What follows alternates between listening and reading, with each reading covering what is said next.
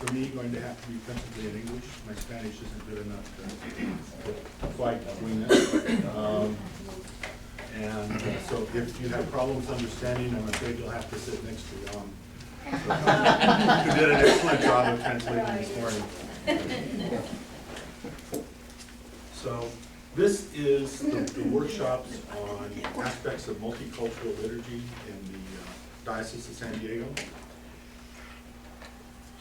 There was a similar workshop this morning, discussing principally from a Latino point of view and the Latino experiences, and included not only worship but fellowship and formation and other aspects. So this workshop is a little bit broader in that we have some members of our panel who are from principally non-Latino congregations, and it's a little bit narrower in that we're focusing principally on the liturgy.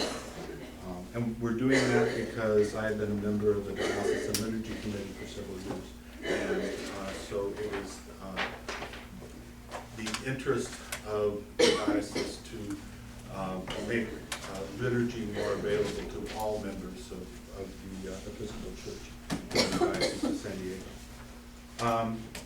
We have a rather large panel. I tried to gather a number of people.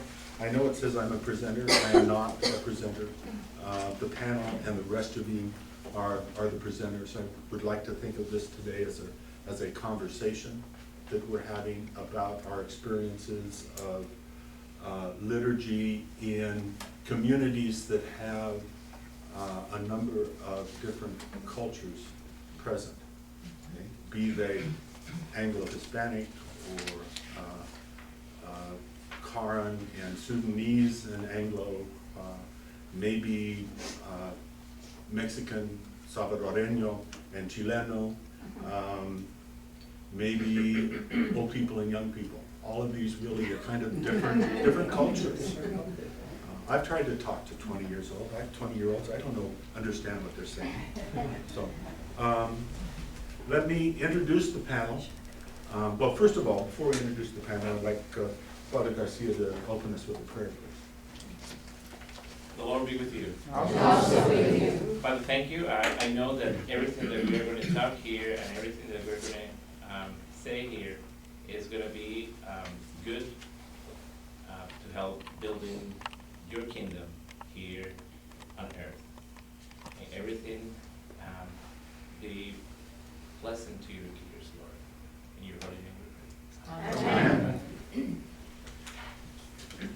There a little bit of business. There are evaluation sheets for the workshop, which you are asked to fill out. If you would rather not fill them out and would rather do it online, there's a web address up there. You can do it at edsd.org/feedback and fill it out that way at your leisure. Okay, our panel this evening consists of Father Garcia, who's from St. Philip's in Lemon Grove, Father Munoz from St. Peter's in Del Mar and Camp Pendleton, Reverend Borges from St. Matthew's National City, Dave Madsen from St. Albans in El Cajon, Reverend Suzanne Astorita, St. Luke's, and Father Juan Acosta, formerly of St. Andrew's by the lake in Lake Elsinore, and now St. James part-time? Mm-hmm. Okay. So the questions that I had put to the panel simply as guidelines were to ask them, what is your community like? How is it? How do you think of it as multicultural? How does it worship? Do the groups worship together? Do they worship separately? If they worship separately, how do you bring them together? What kind of sensitivities have you noticed when you bring them together? We had one such issue this morning where they got together in Yuma for a potluck, and the Latinos brought their food and the Anglos brought their food, and everybody ate their own food. Oh. Which is really too bad for the Anglos, right? Exactly.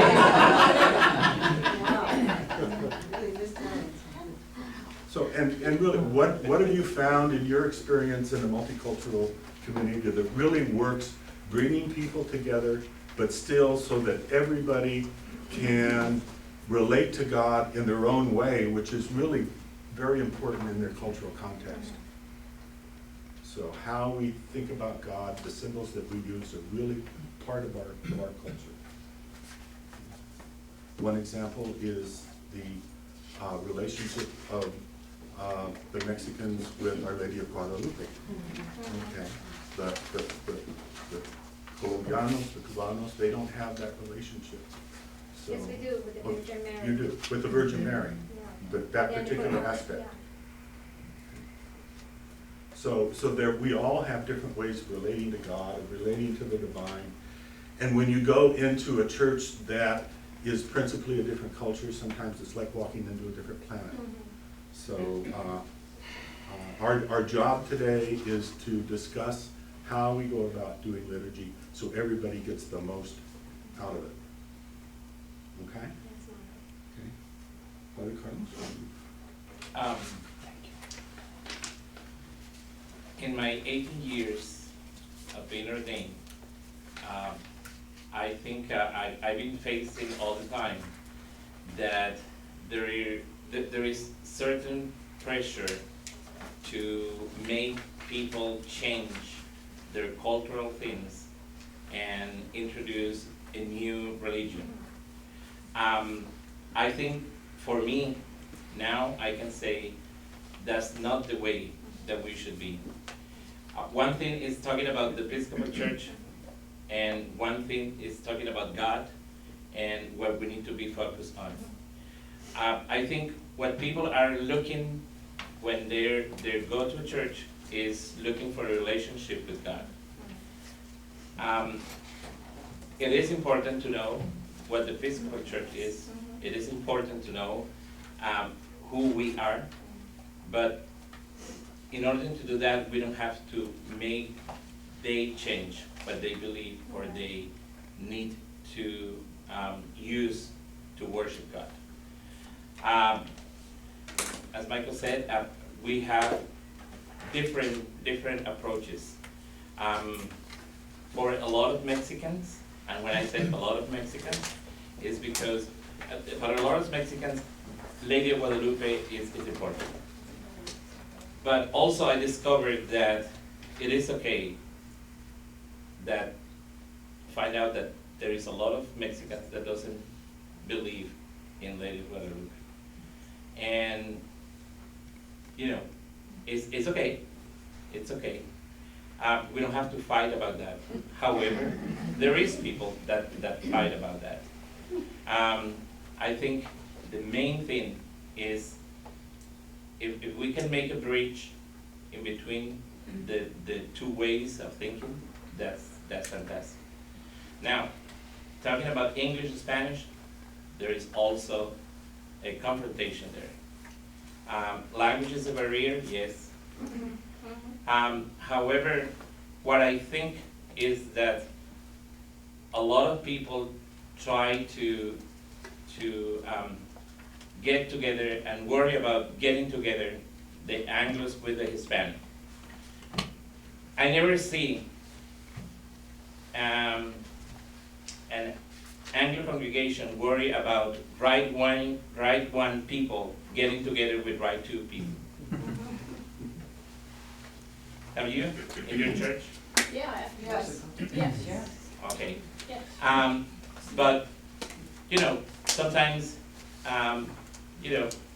we get together occasionally. We worship once or twice a year with the two services, but it's not the main thing in a congregation. But however, sometimes we are really worried about, we have to be together with the Hispanic, which is good, don't take me wrong. But also I believe in both groups, when there is a worship together, both groups are losing some part of the message. When I speak in Spanish, the people that doesn't understand Spanish are losing the message. when I'm speaking in English, the people that doesn't speak English are losing the message. So I think that is something that we need to be careful and be aware too. In my experience right now in St. Philip, when I announced there is going to be bilingual service, at least 90% of the English congregation doesn't show up. But also, part of the Spanish congregation doesn't show up because there is going to be, so it's both ways. So it's both ways. So that's something that I think that's enough. Okay, thank you. And I need to apologize because as I went down my list, I skipped over Father Colin from the cathedral because he couldn't join us, but in the process neglected to introduce Martha Curtuello, who is representing the cathedral on our behalf. So thank you for being. Would you like to say something? Yes, our experience in regards to what you mentioned, I kind of agree with you, and then some things get lost when you louder. When it's in two languages, and we try to implement a bilingual services.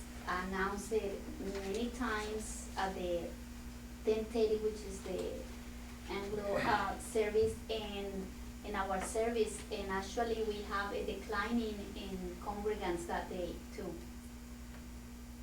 So we were shocked that less people showed up when we say it was going to be bilingual.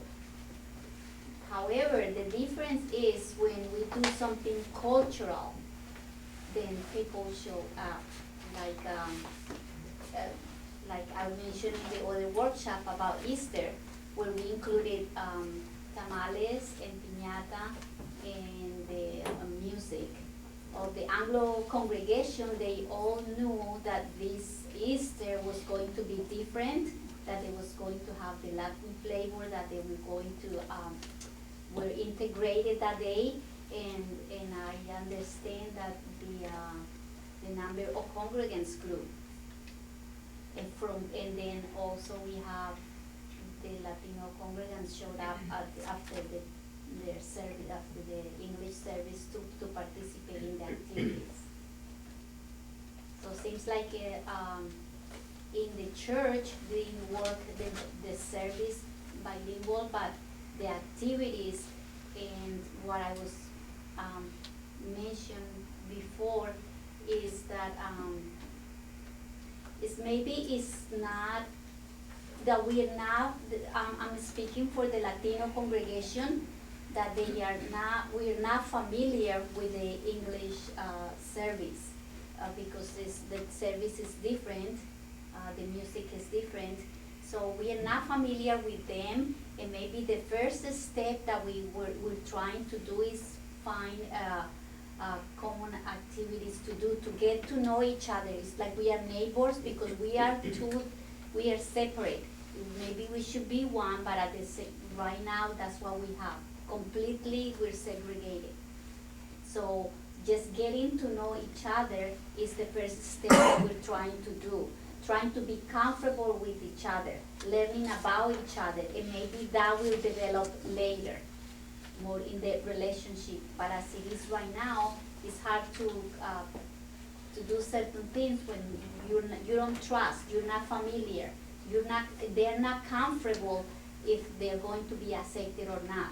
So for the very first time, the Easter celebration, they felt very comfortable. They felt like, wow, I mean, it was part of their activity. The main activity was the mariachis and the piñata for all the children and the music, so, right? Well, that was what I was wondering about. Was the attendance better because there were families involved? Were there families involved? Yes. And was that both for the Latino community and the Anglo community? Well, it was at the time of after the Anglo service. Yes. So it was their time, but for the Latinos, the service is at 1:00. Yes, of course. So then it was done before for them, so they have to come earlier to be part of the celebration. And a lot of them came early and brought their families. Yes. So was the attendance, my question is, was the attendance up for both the Anglo community and the Latino community as well? The Latino. For the 10:30 service at the cathedral, did they draw a bigger crowd? Yes. And did the Latino community come out to support that activity as well? Yes, Excellent. yes. So it's activities like that that we want to Yes. encourage in the Yes. diocese Yes. and in all the 47 churches in the diocese. Yes, because the Excellent. feeling is not about, at this point, it's about the language, it's about feeling comfortable, it's about the culture. That they Exactly. feel that there is something there for them, that they are feeling comfortable. And those things make them comfortable. And if we as adults model this, the children, the young people, they will see that. And it's our actions, not our words. Whether they're in English or Spanish or Vietnamese or whatever language is spoken in Mira Mesa or wherever, that matters, I believe. Yes, Yes. yes. I'm sorry, you mean that where we put our feet is important? Is that what you mean? We attend the events Yeah. and bring our families. I think that's what you said. That's the modeling part. Yes. Right.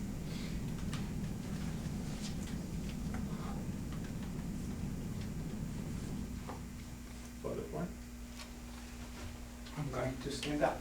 Hope I don't fall. Have been here in this diocese for 34 years. I'm going to make a statement and then explain that, and then I will offer some liturgy that my work. I arrived here in 1980. I was called to serve the diocese, and in general as a missionary. But I began in National City. At that time in National City, the church, St. Matthew's, was only bicultural, blacks and Anglos. A few names, Spanish, some Rodriguez and Paulsingale, they were there, but they were not Hispanics, they were Filipino. Then we began our experience there, and in a few years we have a very large numbers of Hispanics. Then the experience there was that we have blacks in the congregation, but most of them were from Trinidad, Tobago, Panama, and so on. And then we have some others, Samoans, and people from Hawaii, and then the Hispanics. So we were multicultural. And then, the Filipino, apart from those Filipinos, came in a group. I mean, we're hundreds, families. There are many families, young and old, all together. So we became very large congregation. So that was a multicultural thing. My statement is this: if you want to mix or become a workable multicultural congregation, you don't do in liturgy or in prayer. You do it in other activities. And one of the most important activities in National City was fish and chips, where everybody had to work, young and adults and so on. Also, retreats, camping, we were going, that was a tradition already in St. Matthew, so we all got together camping, Camp Stevens, so many places in the parks every year. And that way we became one, even though we worship in Spanish. Sometimes we have bilingual by necessity. So I believe that liturgy is only by necessity, not that you make it bilingual or by triangular, because sometimes the Filipino, for instance. Well, and the most necessary time is Holy Week and Christmas. So I'm going to give you an example of Holy Week. I was one of those persons who liked all the liturgies of Holy Week. Thursday, Friday, and even sometimes Saturday, and with the vigil. It was a very difficult task, but we did it many times. And many times the people was not satisfied. This way. I got this idea. We all go and celebrate vigil in a camp in the mountains.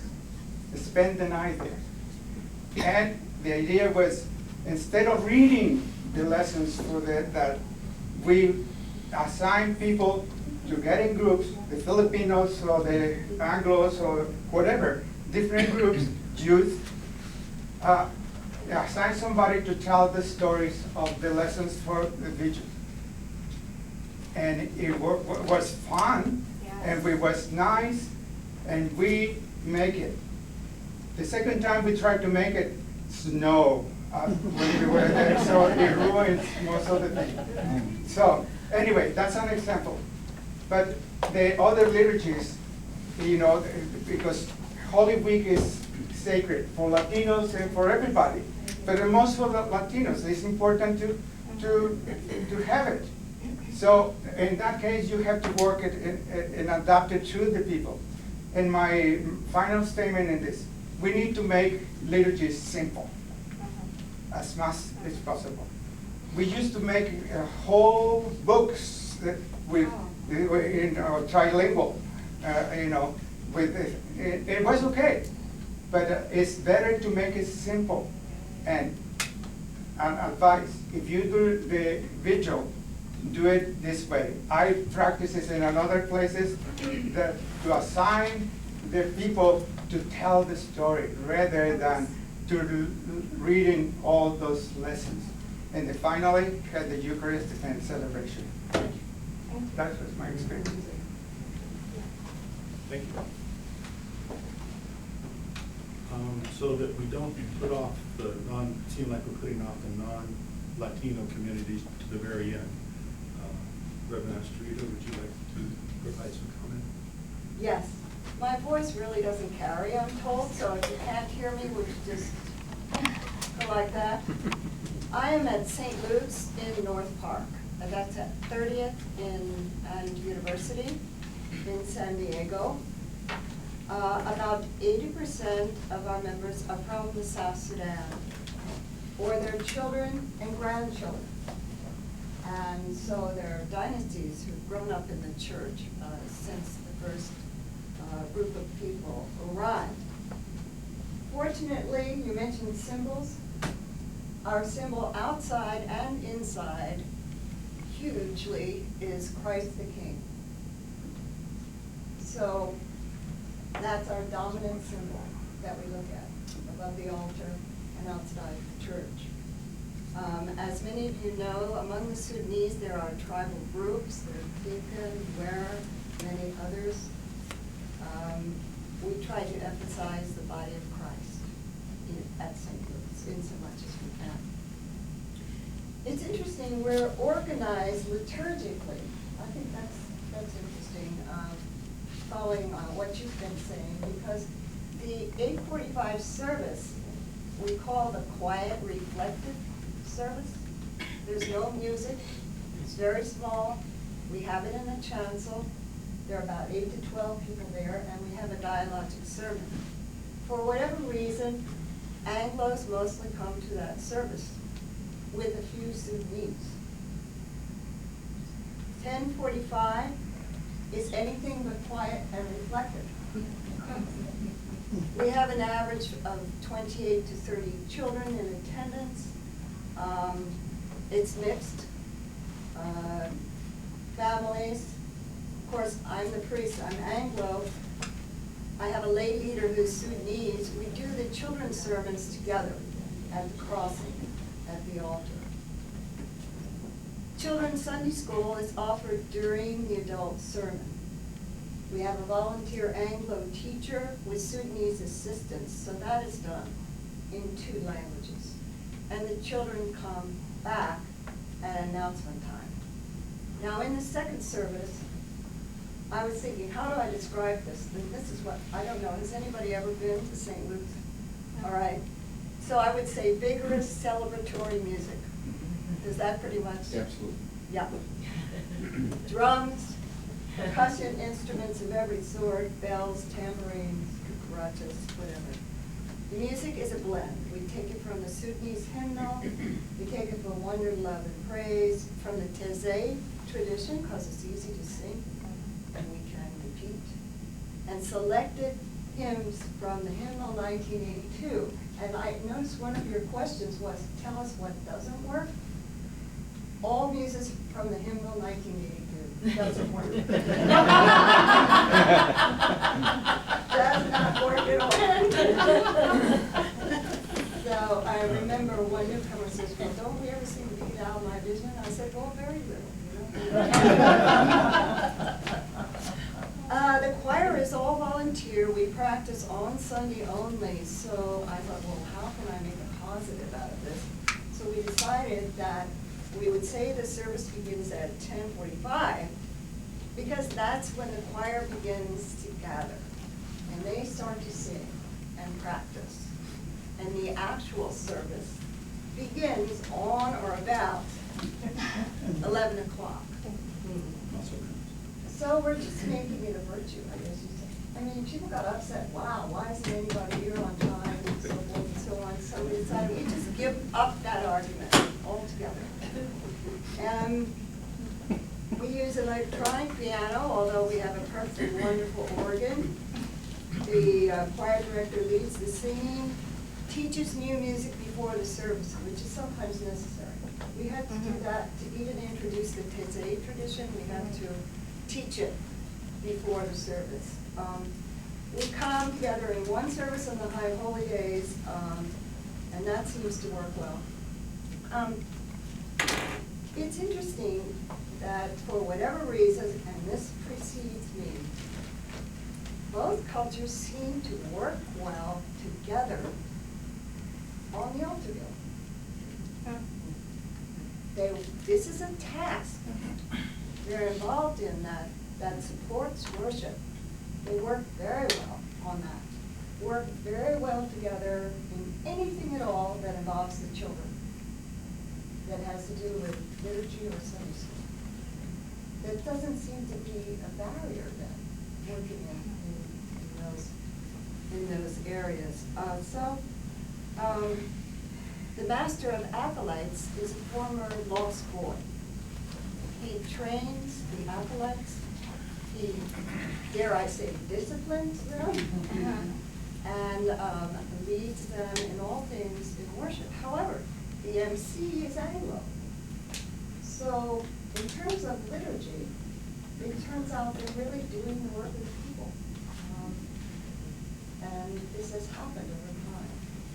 And I guess I have to say that I think liturgy and the supporting activities from liturgy are a good way to bring people together. Really, because that's what it is. It's the work of the people, all the people, whatever they are, whatever they happen to be, wherever they come from. Let's see, what else did I want to say? Oh, I do preach in English. We don't translate except at announcements.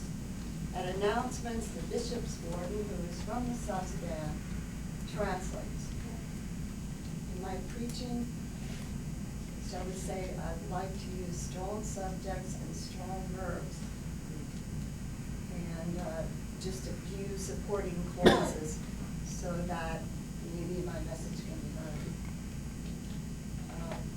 I hope so. Let's see, what else?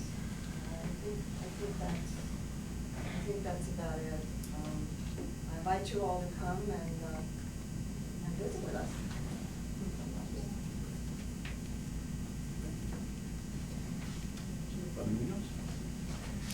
I'll talk mainly about my experience when I was in Southeast Florida, in a largely Cuban community, because I was working at the cathedral, but I was also working at the diocesan level, developing Hispanic ministry for the diocese, and then eventually was rector of a parish in Miami that was an Anglo congregation. And but since then has welcomed another Hispanic congregation into and worshiping in the same spaces. But what our experience was in Southeast Florida, Miami area, was that we had Hispanic congregations that were thriving, you know, within their own liturgical Spanish language, and that where we tried, and the only time we ever did blended bilingual liturgies was at the cathedral for special events, ordinations, things like that. I think I'm not a real big fan of these services where we've got the gospel read in Spanish, the gospel read in English, and then most of the service, I mean, our most recent service was like that we had at the Diocesan Convention. And we read the gospel in Spanish, and that was it. The rest of it was all in English. And I don't think we really are serving our community well when we do that. What I saw in Miami was that we had our Spanish congregations did very, very well in their own language. And it's language is such a personal thing. Our culture and our music is so deeply ingrained in us that as we see, to in a sense force Hispanics to worship singing Anglo tunes, it runs against our grain. We all experienced, those of us who were Episcopalians long ago, that before the 1979 prayer book was adopted, the incredible turmoil the Episcopal Church put itself through with developing and changing liturgies. And so that's what we're doing, is when we're trying to blend these services, we're putting a lot of stress on ourselves. And I agree with everybody that in the non-liturgical places is where we can find a multicultural community forming. Case in point is St. Margaret's in Miami Lakes, where now Bishop Mary Gray Reeves was then rector of. She's bishop up in Northern California. We were adjoining. I was rector of Miami Springs. She was Miami Lakes. We were next door neighbors. One of the congregations that I founded in Miami was St. Francis of Assisi Parish, and we met. I founded them in homes initially, and then we moved eventually. Mary Gray Reeves invited that congregation to worship at St. Margaret's, separate time, separate service, and they came together as a community, and they blended together. St. Francis and St. Margaret blended together for picnics, for annual meetings, for other things that were not liturgical, but they worshiped in Spanish music, and they had vestry members who served on one common vestry and served together, like we do at St. Philip's and other places. So I think that model works. I think that trying to create multicultural, multilingual liturgies is not the way to go. So. I have a question. And I apologize if this is kind of a basic question, but with a strong Catholic tradition in the Hispanic community, what draws them to the Episcopal community? That's a great question, and it's one that has been looked at several decades now. And the answers that we have come up with in the Episcopal Church is that first is that we have a common liturgical background. So that's first, is that we have a common liturgy that they recognize as Catholic. It's a Catholic liturgy after all. Secondly, when Hispanics are leaving their countries of origins, whether it be Cuba or Mexico or Colombia or Chile, that leaving their culture almost creates an opening for them to say, let me try a different church. It's almost as if something says, hey, I left my country of origin. If I can do that, maybe I can leave my church of origin. Right. And so there is that sense of a opportunity that happens. And then I think thirdly, the other thing that we all of us as priests have experienced is negative experiences in their church of origin, in their Catholic church, that have led them to say, oh, you won't baptize my child, or you won't marry us, or you won't do the confirmation, or you won't, or they have some sort of pastoral experience that is negative, and they find a welcoming Episcopal church that says, we're okay with you, So from what I'm hearing, and that seems to be kind of like an overriding issue for Roman Catholics who come to this church, Right. come to this our liturgy. But the other thing I'm hearing is that in order for us, so I'm from St. Bart's. right. So in order for us to be successful in having a multicultural environment, Mhm. we have to make the first step in terms of having the service available to them in Spanish. Sure. We couldn't expect to really expand our multicultural environment without making that commitment first. Yeah, I think if you wanted to do that here, all you'd have to do is say, we're gonna have a Spanish service at X time, Spanish music, Right. a priest who speaks Spanish, and you create an additional service in Spanish, like the way Catholic churches do, where they have services in Vietnamese and English and Spanish. And then they come together for parish events, for parish carnivals and picnics and things like that. And it can be done. We've got Hispanics and people who speak Spanish right here in this area. We just drove by the Albertsons there, and they're standing there waiting for work. Correct. Yeah. In North County, at St. Peter's, I speak Spanish. Martha Anderson speaks Spanish. Right. Who else? Oh, Tom Bond until he passed away recently. But we got two priests Right. who could lead a Spanish liturgy at St. Peter's in Del Mar. Right. And then we've got Oceanside and Carlsbad around, and with Vista and San Marcos. I mean, we've got tremendous potential in that North County area to develop Hispanic ministry and a priest that would be able to be multicultural, multilingual. The opportunities are there. We just have to get past this idea that we have to create multicultural liturgy in a congregation. Just add a Spanish liturgy. And the goal of the bishop is to have as many priests speaking Spanish Right. in this diocese. So this is the direction, and we, of course, another subject for another day, but we need a strategic plan for Hispanic ministry in the Right. diocese sooner rather than later. So that's for another day. Thank you. Thank you. Okay. Father Madsen? Hi. I'm at St. Albans at El Cajon. I've been there a little over, almost 2.5 years. And one of the things that St. Albans is known for is their work with refugees. And we work with the Refugee Network. And when I started there a little over 2 years ago, we were feeding about 40 families from our food pantry. That number is now about 80, and it's going up. And it's started out primarily as Korean, but now it's primarily Chaldean. And we still have the Korean, but the influx of the Korean is kind of coming to a close. It's slowing down. Because, of course. But the Iraqi, which Chaldean basically is, you all understand, if someone wants to be called Chaldean, it means they're Christian. Because if you call them Iraqi, that confuses them with Muslims. So I prefer to be called Chaldean, and that's why they're here. What I did about, it's been about 6 months ago, about 6 months ago, we opened up our church, and a lot of the people who were coming from the food pantry didn't even know we had a church. They thought that was a separate building because of the cross on it. So I opened so they could get out of the heat and out of the elements. And people came in and like all of a sudden, with a real kind of a noisy culture, really loud, got real quiet. When they come to the church, they speak really softly.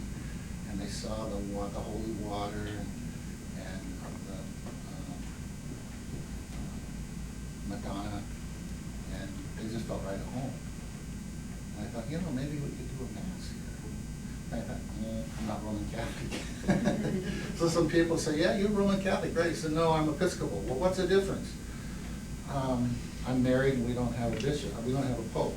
But basically, we worship the same way. So we put together the Eucharist, and I thought, well, maybe 5 people will come. When I show up for the Mass, now there's about 40 or 50 people waiting for me. They come in early to pray, and we put together, it's a half-hour Mass, it's a short Mass, because it's before a food pantry opens. And it's all spoken. And it's one side is English and the other side is Arabic. And you see, the problem is, though, most people speak Arabic, but they can't read it. Some of the men can read it, most of the women cannot read it. So I have a school teacher that interprets and works with me, and we work very good together. Sometimes I say something, he keeps going, I say, wait a minute, who's preaching here? Well, I have to give them the context. So, I mean, that's gone really well, but, and then when they come up for communion, Catholics, they come up and we intink them, they open their mouth, and that's how they do it. So we do that, and then I open it up for prayer afterwards. And out of the 50 there, maybe 30 will line up because they want to be anointed. Prayer. And they'll want to kiss my cross, kiss my hand. And I don't know if you're familiar with Chaldean Catholicism, but it's very Eastern. It's almost Eastern Orthodox, very Eastern. So we didn't do that so we can get them into our church. We don't want to transform them from Chaldean Catholic to Episcopal church, but we probably do have 10 or 12 that come on Sunday. Most of them can speak English better. So we met with a few of them at a table one time. My wife did. It says, what can we do to help you integrate into our church more? Would you like us to learn more Arabic, have more Arabic interpretation? And every one of them said, no, we want English. We have to learn English. So that's kind of where we went there. But it's been a real, how sometimes you have strategic plans and you plan, and then once in a while you have something called an act of God. How do you fit that into that plan? But you got to make room for that. So that's been, we have a Chaldean on our vestry now, and we have Karen on our vestry. And the other thing about the Karen community, a lot of them can't speak English either. And so we have our announcements because we have probably a third of our church is Karen. All of our announcements are in English and Karen. And we even ask people to come read in Karen, but when they get up there, there's no, we want to read in English. So, like I say, it's not a matter of the language. I think it's a matter of honoring the customs. One thing I found out, if a Korean person has a birthday and they invite me, I better go to a party, because that's a big thing. The priest has, if I don't get there, they're going to call him the Baptist minister.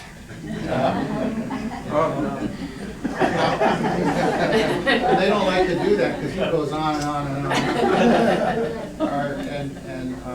I did an engagement ceremony. That's a big deal. Just like marriage, you want an engagement liturgy. I've never done an engagement liturgy before. House blessings, those things are important. And we have Korean people, a couple Korean in our Sunday school program, and that's kind of what we do. We don't have multicultural on Sunday morning, but what we do is we print out the readings both in Arabic and Korean, so people can pick them up. So basically that's what we're just learning.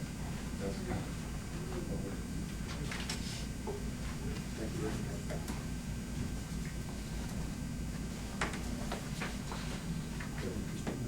Well, thank you. Yes, I think we are all facing the same challenges. churches, and I totally agree with Frank.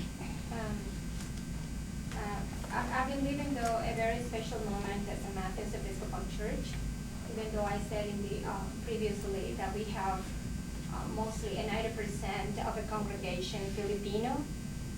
We could simply say that there is 2% of Anglo, and it would be, let's say, 3% of Hispanic at the moment. When I got there, we only had the Mass in English, and everybody would attend. And then the Hispanic felt the need of having their service, of course, in English. And so we started those services, but there was fear when we started that. They didn't want to split. You know, we came to that point. And so we decided, or they decided, the congregation, that they would have at least once a month a bilingual service. It's been working perfectly. And for Holy Week, my experience this year, because last year we had it, in English all the time. Now this year we did bilingual, and I was listening to my brother's speech concerning this, or opinion concerning this. Both congregations expressed that they wanted bilingual services because all they wanted to experience was communion. The holy ground and common ground.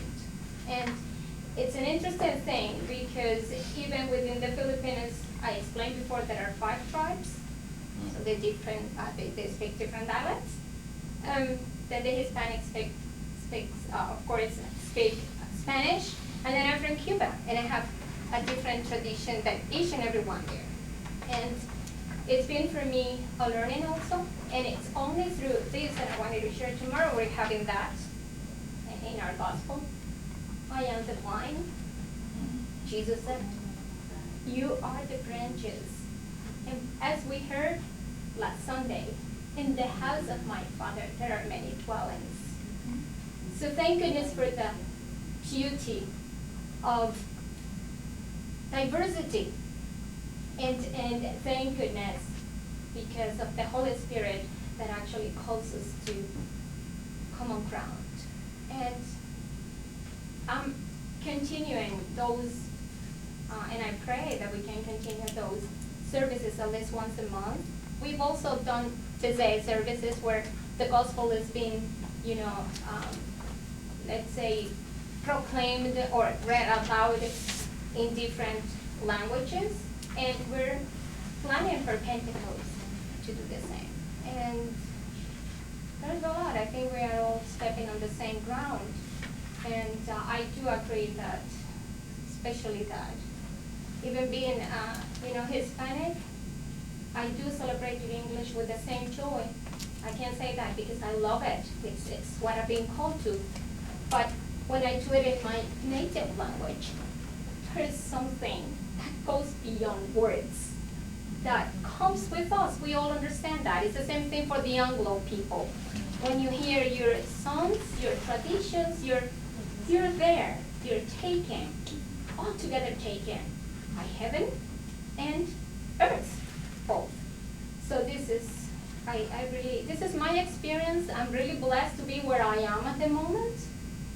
And to mention something, for some reason, St. Matthew has turned out to be the church of immigrants.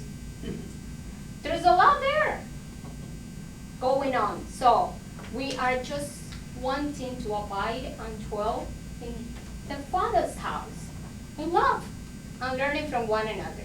That's been my experience. So if you have any questions, maybe that will help me with your answers. But I love bilingual services sometimes. Not always. What's that? And sometimes once a month is all right for me. It doesn't mean that if I am asked. And interesting enough, last Saturday I was asked by one of the tribes or of the Filipinos, or those moments, to have a memorial service. Believe me, I never thought that this was going to happen. But at the offertory time, people started to dance, and they didn't have their drums or anything, you know, their instruments, musical instruments, but they did it against the pews. I just don't know what had happened, but I know that heaven and earth were together. And I have first in my life experienced something like that, and I'm blessed. Simply that, open to learn. Thank you, Michael. Well, thank you. Anybody? Any questions, comments? So I have a question just from some of my college experience where there were a fair number of international students around.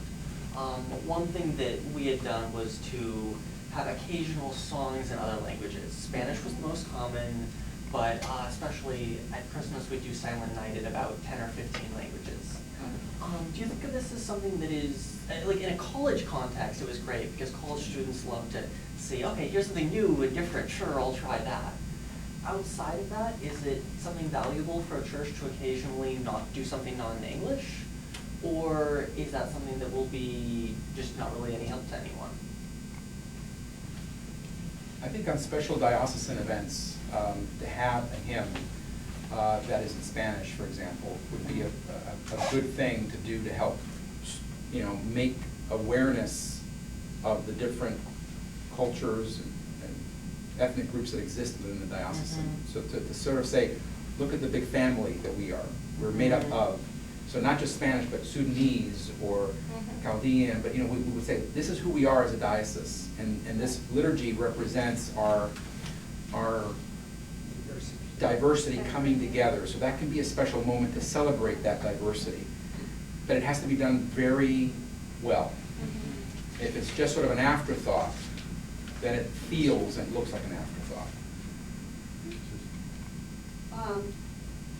This is something that evolved, but just to build on what Frank said and to answer your question, that we were sitting with the bishop and we were talking about our plans to engage the neighborhood, because, you know, that's a very big topic with the bishop now, is to take your worship into the neighborhood.